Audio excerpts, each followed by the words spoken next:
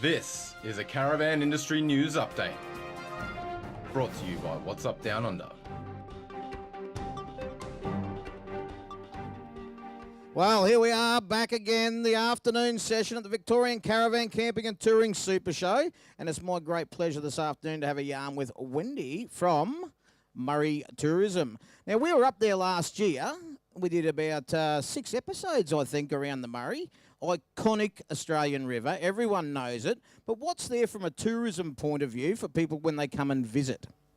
Well, there's, as you say, 6 days is not really enough. There's so much to see and do along the Murray, but we're responsible. We have a board that's set up for the Murray Regional Tourism Board, and they cover both Victoria and New South Wales in terms of the areas. So we cover about 2,500 kilometres of the river, and there are 14 stakeholders, which are the local councils all along the river. So we're very fortunate. We get support from both the state governments and also the local councils, and we also work with the visitor centres.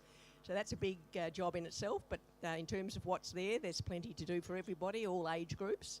So we've got, of course, the river, which is the distinguishing feature, but a lot of it's about nature and the wonderful activities you can do, just passive activities. If you just want to go for walks, there's lots of wonderful trails. If you want to be a bit more active, you can go on perhaps a paddle steamer at Echuca. We also have terrific produce right along the river, and food and wine. That's a very important part of some of our future developments, and wonderful produce and eating and dining. Then you've got, for people who are interested in arts and culture, we have, for example, Albury's recently opened a terrific gallery, wonderful exhibitions at the moment, Marilyn Monroe. So for those that want to go and visit, it's well worth a visit. We've got cafes along the river, and certain times throughout the year we have festivals. I touched on food and wine, and in March there'll be the Swan Hill Food and Wine Festival.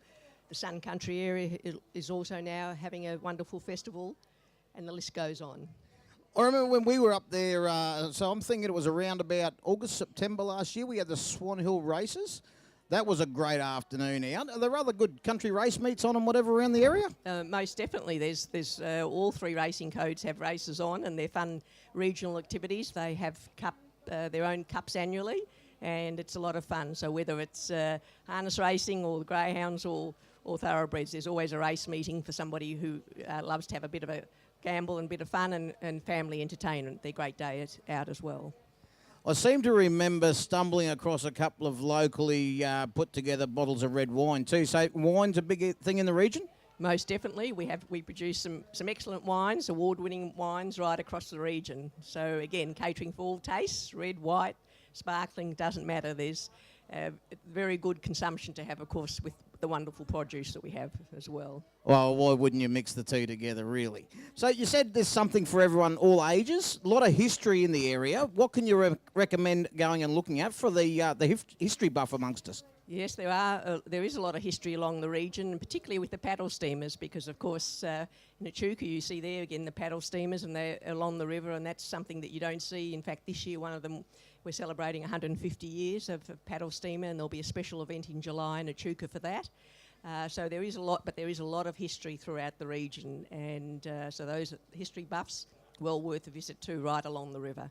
You're dead right. And there's so much, and we're right on its doorstep. It's not far from Melbourne to get into that Murray region and have a good holiday. Definitely. So whether you're coming from Melbourne or Sydney or even from Adelaide, if you want to keep going along the river, it's not far at all. Well worth a drive, and there's lots of stops along the way and things that you can see along the way. Very good roads, so you make the most of it to go along, and it's worth a few days, though, to really absorb just a little bit and give you a glimpse of what's along the Murray, and then I'm sure you'll want to come back again for a longer period of time. Well, I reckon you've actually just wet my whistle again. I've got to go back up and have another look now we've had a chat. And I think that houseboat options too, there's lots of stuff to do on that river, isn't there? Like, you really are on the money. There is something for everyone there. Wendy, thanks for dropping in this afternoon and having a chat. It's been good to catch up. All the people out there, make sure you get up. If you haven't explored the Murray, get up and do it. There's plenty to see up there. And thanks for you guys for listening this afternoon as well. Thanks, Wendy. Thanks very much.